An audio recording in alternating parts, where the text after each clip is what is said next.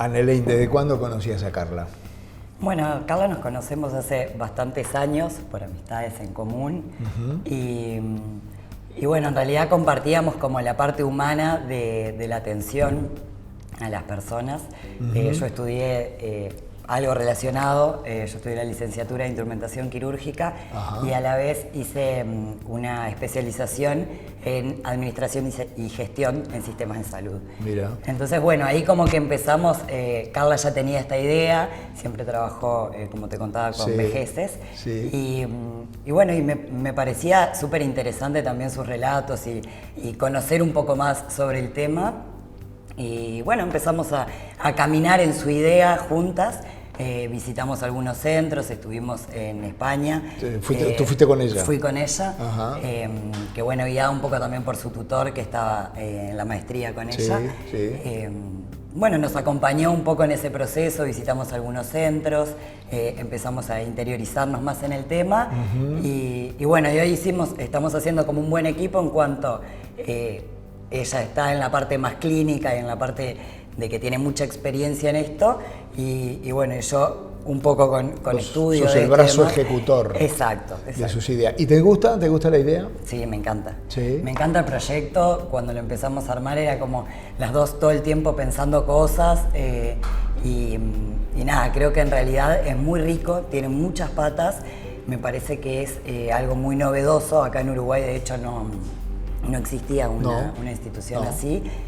Y con de este tipo y con este funcionamiento no. Exacto. Y creo que está bueno para que se replique, para que sea un poco como la vejez del futuro, te diría, para que se pueda, la persona pueda elegir qué es lo que quiere hacer, un poco como te decía Carla. Hay gente que sí quiere institucionalizarse o no tiene otra opción. Y bueno, que exista esto ahora, por ejemplo, es esa posibilidad de elegir de qué queremos hacer también, ¿no? Y de escuchar qué es lo que quieren hacer. No le pregunté a Carla, pero si tú la conoces me vas a contestar tú. ¿Cómo están en la familia de personas mayores? En vuestra familia, la familia de Carla. ¿Tiene personas mayores en la familia? Sí. Digo, sus papás son grandes, de 70 te diría. Bien. Igual están muy bien. No, sí, claro. Y mis papás también, porque viste que hoy pasa a veces que no es tanto como en la edad biológica, sino en cómo también están en un montón de cosas. Y funcionalmente. Cómo llevaste la vida, Exacto. cómo está Entonces tu la edad es muy relativa. Claro, totalmente. Pero tiene personas mayores. Sí, ¿Y tú? Sí, yo tengo mis abuelos. Mirá. Tengo mi abuelo de 94, que está divino. Mi abuela... ¿Cómo se llama tu abuelo? Se llama Odulio. ¿El de 94? Sí. Brillante. Y mi abuela, que tiene 89, bueno, ella tiene un deterioro cognitivo, tiene Alzheimer. Y bueno, pero son mis abuelos que están vivos los dos. ¿Sí? Pero de alguna manera, cuando uno tiene personas mayores en la familia, entiende mucho mejor la problemática de ellos. No importa en qué estadio de esa edad o en qué estadio de su salud, pero los entiende mucho mejor porque los ve, los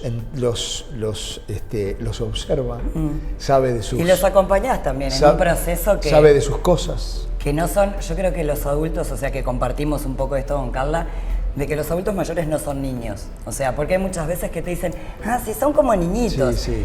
Y no, porque bueno, ya tienen una historia de vida, tienen sus costumbres, son unas personas que ya están formadas, tienen sus gustos, tienen sus nanas físicas y mentales. Entonces, creo que es otra forma de tratar y otra forma de cuidarlos también. La experiencia que tienen ahora, brillante, ¿no? Hermosa. ¿Sí? Sí, la verdad que sí, que aprendemos un montón todo el tiempo. También el ver las familias del otro lado, claro. Cómo están como agradecidos y contentos y ver cómo van evolucionando en cosas sus familiares. La verdad que sí, que es muy lindo, es muy reconfortante para nosotros. Decime dónde, ¿te acordás de la dirección? ¿De la casa? Sí. Carlos Berg 2480. Carlos Berg 2480, eso si no me equivoco es allí cerca de Lombú. Es en Pocito, sí, bien, cerquita de Lombú. Bien. ¿Te acordás de algún teléfono? No. Bueno, de memoria no. De memoria no. Después me lo das y lo ponemos acá abajo. La idea... He puesto un cartelito con el... Lo vamos a poner.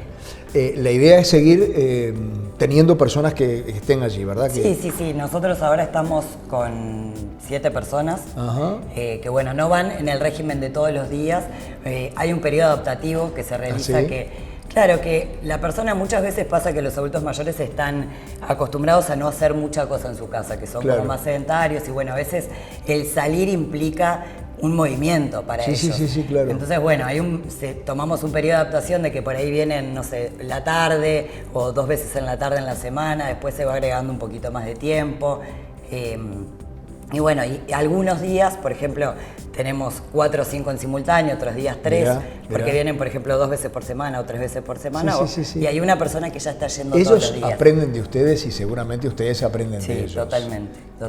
Y en la carrera del aprendizaje se va perfeccionando. Sí, y el grupo humano, la verdad que tenemos de tanto las terapeutas ocupacional como las fisioterapeutas, los talleristas, son todos como muy enfocados también, aparte en el acompañar el proceso, son muy humanos. Entonces eso es muy importante para la persona mayor. Es muy importante y es muy importante trabajar también desde la paciencia, ¿no?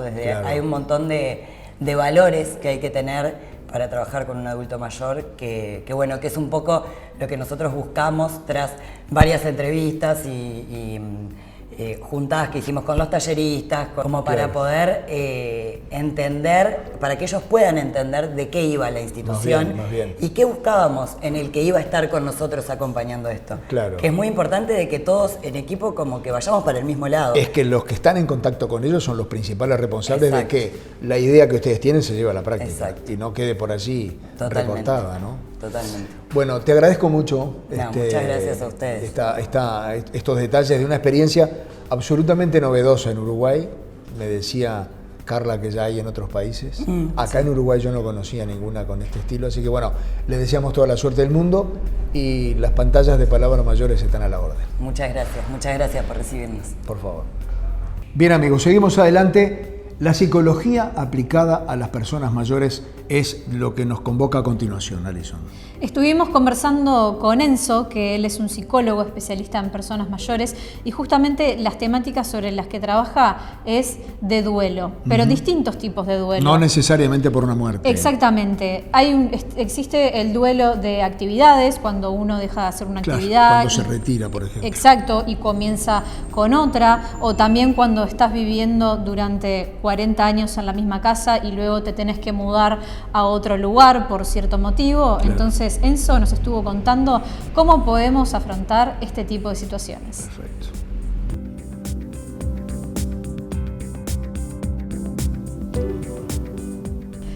Bienvenido, Enzo, al programa. Muchas gracias, Alison. Muchas gracias a la audiencia. Bueno, contale un poco a la audiencia cuál es tu profesión, a qué te dedicas. Bueno, yo soy licenciado en Psicología por la Universidad de la República y durante mi trayecto formativo y en la actualidad mi tema de trabajo, de investigación, está relacionado con las personas mayores, específicamente lo referido a temáticas relacionadas con los procesos de duelo. Y bueno, también formo parte activa del movimiento de familiares y residentes del EPEM, que también es un movimiento de la sociedad civil que trabaja en pos de la garantía de derechos de las personas mayores institucionalizadas. Básicamente eso, más o menos. En la psicología, el duelo, la definición de duelo, no es la que comúnmente, socialmente, estamos acostumbrados a escuchar. A veces cuando hablamos de duelo, pensamos directamente en la muerte. Pero en la psicología, hablar de duelo puede ser del cese de muchas cosas que nos gustaría que vos entres en detalle. Sí, en eso es muy interesante. A mí me gusta mucho poder ver los teóricos de la psicología, los grandes teóricos de la psicología, cómo encaran la cuestión. Y en lo referente al duelo, el primero que teoriza muy por arriba las cuestiones referidas al duelo es Freud, en un pequeño tratadito que se llama Duelo y Melancolía, de 1917. Y ahí él dice que el duelo es la reacción normal, y enfatizo normal porque como que eso es algo bueno tenerlo siempre presente, es una reacción normal ante la pérdida. ¿Ante la pérdida de qué?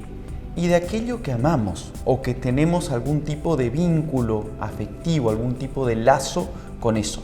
Que no necesariamente tienen por qué ser una persona, un familiar, puede ser una actividad también. Puede ser una actividad, puede ser una cosa, puede ser un lugar, puede ser un espacio, puede ser una mascota. O sea, lo que define el duelo es que esto que se perdió significaba o ocupaba un lugar dentro de mi vida. Y que yo, dentro de la organización de mi vida, esa cosa, persona o lo que fuera, ocupaba un lugar importante. Por ejemplo, como en el tema de actividades, ¿cómo una persona puede afrontar una situación de que estaba acostumbrado a realizar un tipo de actividades y ahora, por ciertos motivos de la vida, vaya uno a saber cuál, no puede realizarlo? ¿Cómo se atraviesa ese duelo de actividades, por ejemplo? Bueno, creo que lo primero siempre es poder dar lugar a manifestar, a expresar esto que es lo que causó el efecto de la pérdida, ¿no? Nosotros una de las cosas que se ve a nivel de estudios y que se ve a nivel social es que tenemos cierto problemita actualmente para reconocer que hemos perdido. Como que se puede hacer todo menos perder, ¿no? Entonces, cuando perdemos, se ponen en práctica un montón de mecanismos para negar esto, ¿no? Y eso, a la larga, termina provocando efectos contraproducentes. Entonces, a la hora de una pérdida, lo primero que debemos hacer es decir, bueno, esto he perdido, ¿no? Aceptar, poder darle lugar a verbalizar, a tratar el tema. O sea que el reconocimiento y la aceptación ante la situación es lo primero. Es lo primero, el reconocimiento, la aceptación, la palabra dicha sobre eso, ¿no? Y claro, ahí son los sujetos en su comunidad, ¿no? Porque muchas veces pasa que ante el deseo de querer hablar sobre lo que hemos perdido y sobre cómo eso nos ha impactado, de parte de la comunidad no se encuentra un interlocutor que valide esa palabra, en el sentido de que escuche eso que se quiere decir, eso que se está pasando. Y entender cómo me siento conmigo mismo. Claro, aún eso, ese cómo me siento conmigo mismo, requiere un otro que escuche, ¿no? Porque si no es como un monólogo. Se puede hacer solo también, en silencio. Se puede Hay hacer algunas solo. Técnicas. Sí. Una cosa como la meditación, por ejemplo. Ajá. Que lo hace hacer a uno más introspectivo, quizás. Sí, con la cuestión del duelo es una herramienta válida, ¿no? Pero siempre vos aconsejás comunicar. Comunicar y con una comunidad, con un otro que reciba esto, ¿no? ¿Por qué? ¿Por qué pongo el acento en esto que se requiere un otro? Porque con los procesos de duelo se da como que la persona que está en duelo, que ha perdido algo, es como que está con su dolor y está con su proceso y nadie se le acerca, nadie se pone a la escucha de ese dolor. Y eso termina siendo un elemento que a la larga termina provocando más malestar que bienestar.